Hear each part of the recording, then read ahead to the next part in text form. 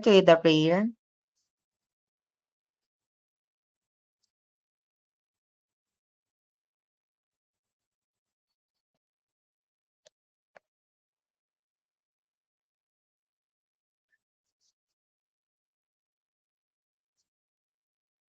Any volunteer to lead the prayer?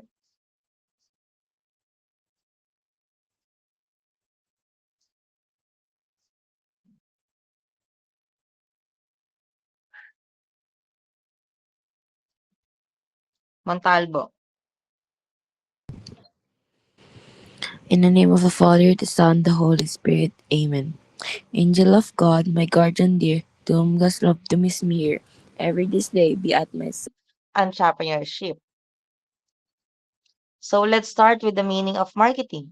So when we say marketing, it is the process of continuously and profitably satisfying customer needs, wants, and expectations superior to competition. So when we say marketing, ito po yung proseso, no, kung saan patuloy po na inaalok or patuloy na binebenta ng mga entrepreneur or ng businessman yung kanilang mga products and services na nakakapag-provide sa pangangailangan at kagustuhan ng mga customers po nila.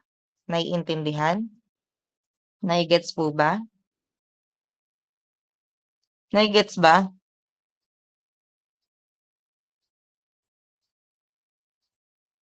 Nage-gets niyo ba?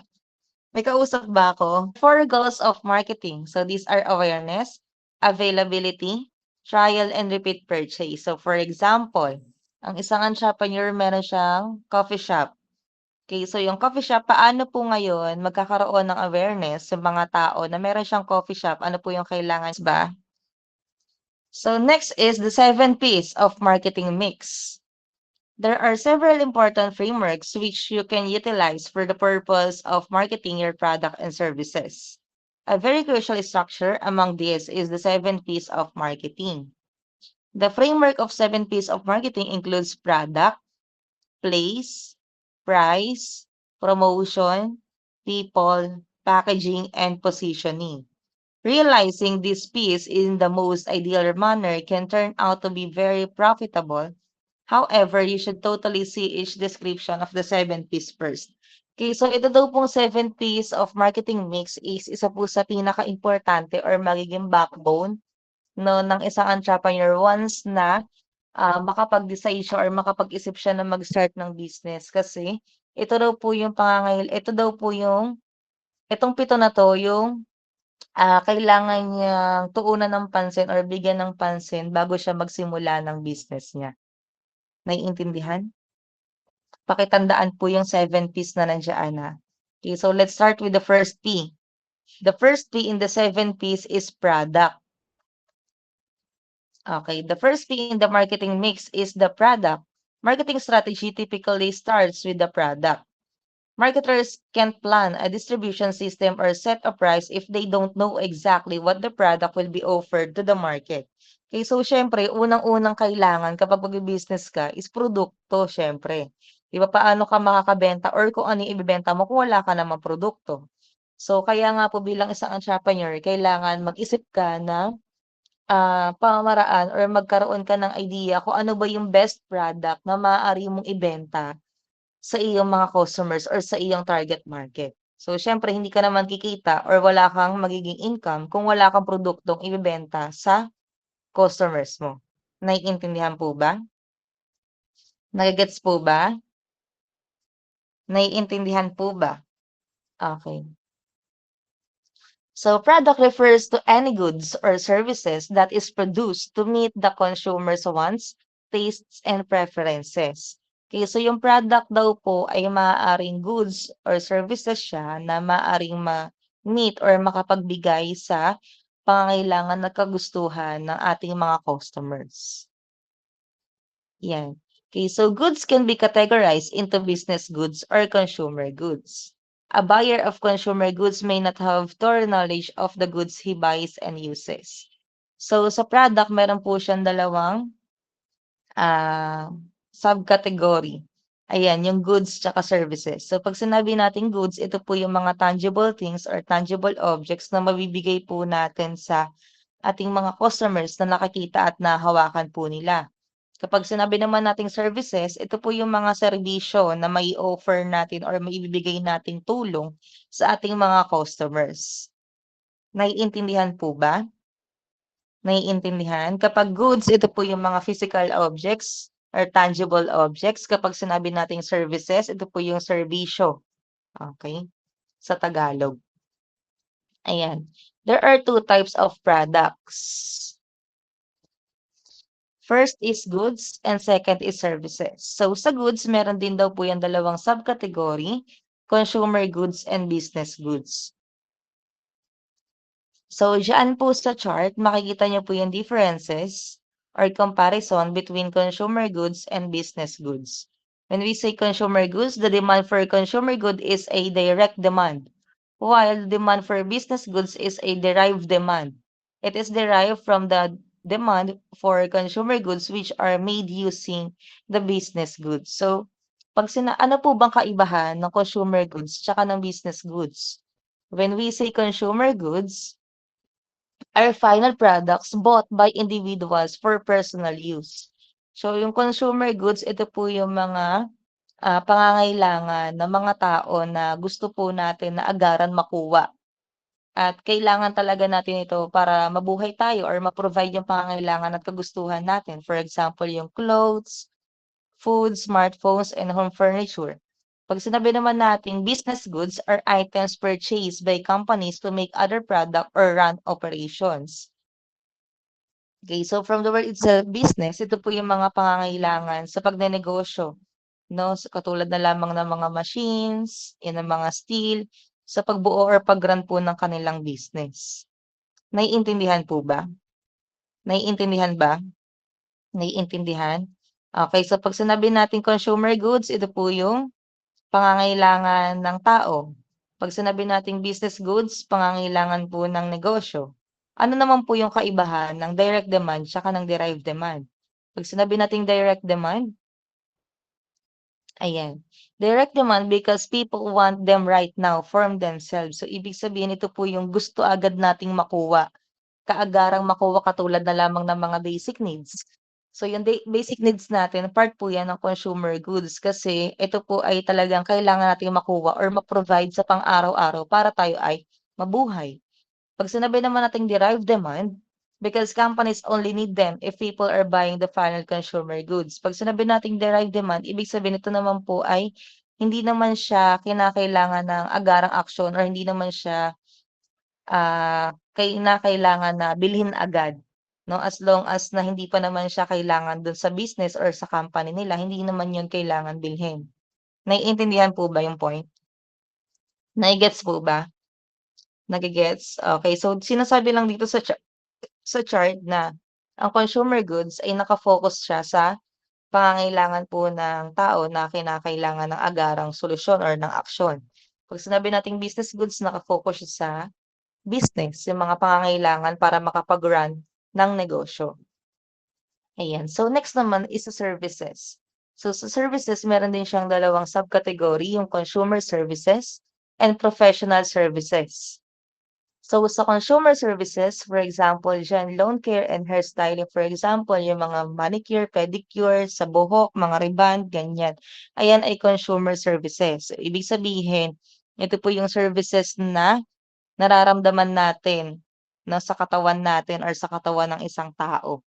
'Pag sinabi naman nating professional services, ayan katulad na lang sa engineering, accounting, consultancy, ito naman po yung sa, service or serbisyo na pang-professional.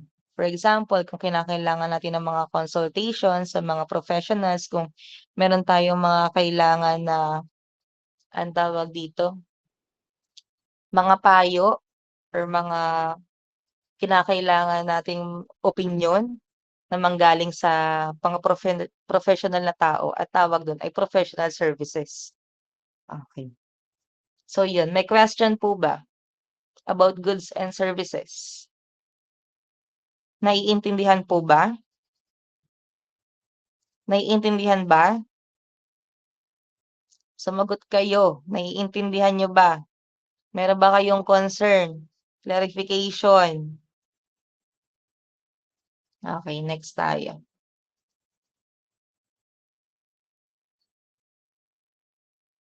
Ayan. Okay, so first question, what is marketing mix? What is the meaning of marketing? And what are the 4 goals in marketing? Any idea? Any volunteer? What is the meaning of marketing and the 4 goals in marketing? Discuss lang natin kanina. Pag sinabi nating marketing, anong ibig sabihin? At ano rin po yung 4 goals ng marketing na na-discuss kanina? Any volunteer? Any idea?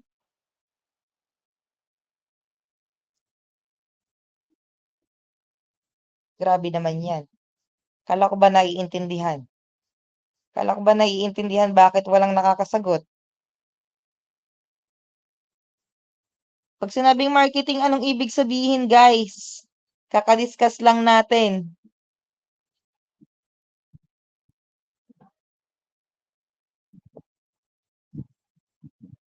Yes, Lucero. Sa marketing po, doon po pumapasok yung continuous na pag-supply or supply po ng needs and products or services po sa mga tao po. Okay, so what are the 4 goals in marketing? What are the 4 goals in marketing?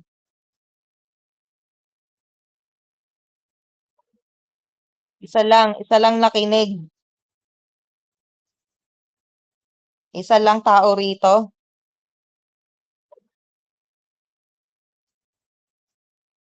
Yes, Agawa. Yung 4 goals po ng marketing is awareness, availability, trial, and repeat purchase.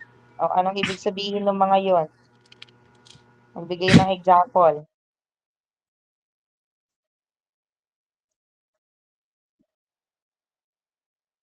Wala na.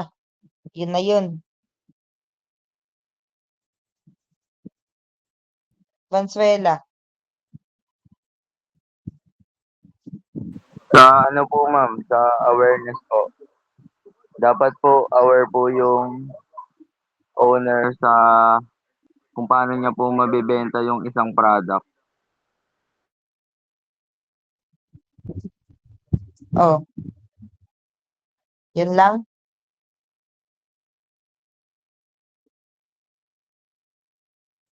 What are the 4 goals in marketing?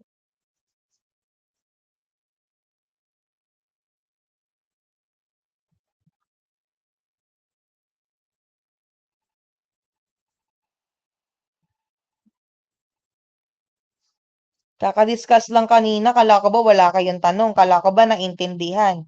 Ba't walang makasagot ngayon?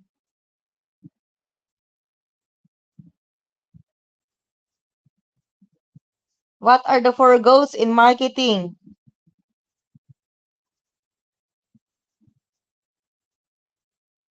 Wala.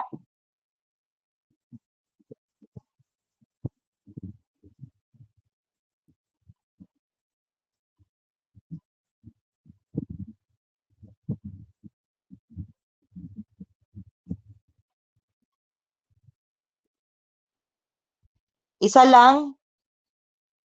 Grabe naman yan.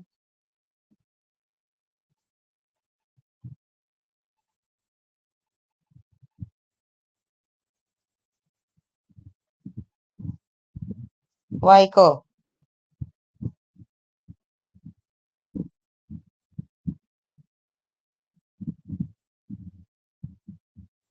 Waiko?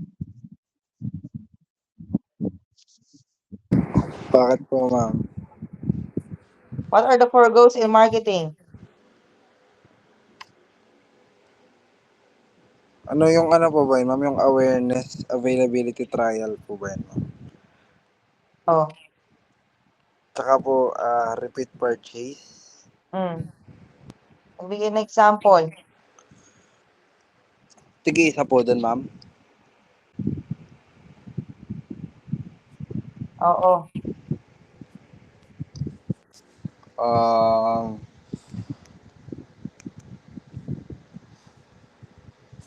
ano po, ma'am?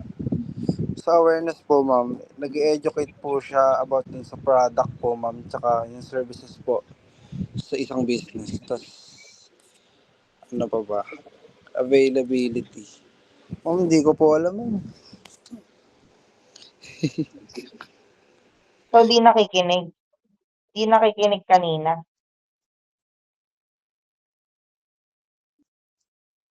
Yes, Garais. Ano ma'am, yung availability, yung pagiging available ng product or para madaling mahanap or mabili yung produkto. Tapos yung trial, ano yun? Ay, hikayatin yung mga customer na subukan yung product mo. First time lang, ganun.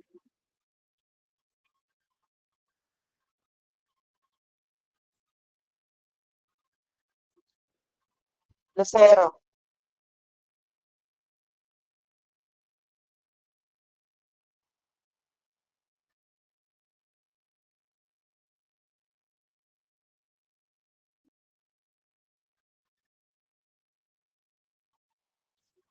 Lucero.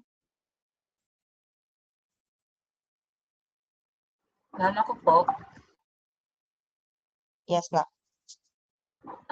when we say awareness po, ayun po yung process ng pagpo-promote po natin ng isang product po natin or services. For example po, meron po tayong isang bakery shop po. So, paano po ba natin siya i-promote? So, for example po,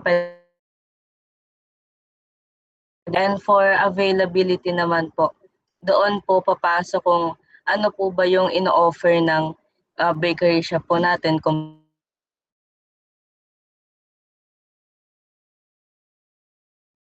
sa trial naman po, doon po papasok kung yung parang pilot testing po ng isang business po. And sa repeat purchase naman po, doon po makikita kung sino po ba yung mga customers na paulit-ulit po na bumabalik sa business po natin. Okay, thank you. Naintindihan nyo na ba? Naintindihan nyo ba yung sinabi ni Lucero? Naintindihan nyo ba? Yung totoo. Okay, so next, what are the 7 P's of marketing? What are the 7 P's of marketing? What are the 7 P's of marketing?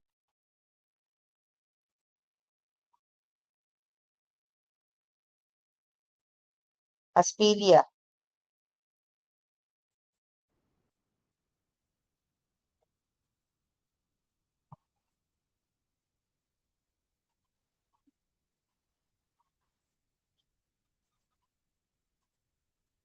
Turuin. Ano po, ma'am?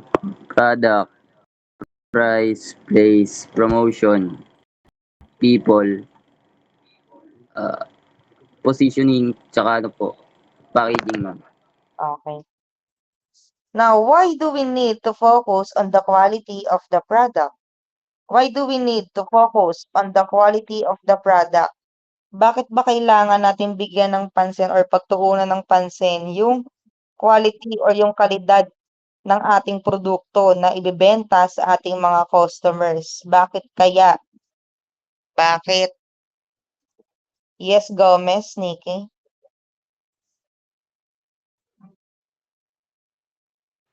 Ano po yun, ma'am? Number 3.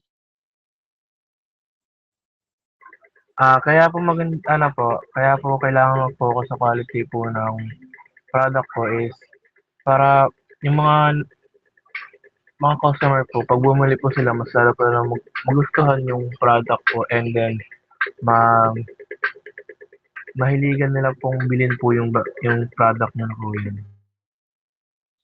Okay, ano pa? Aspilia. Hello po. May mic na po. Mahina. Wait lang. Okay na po. Ayan.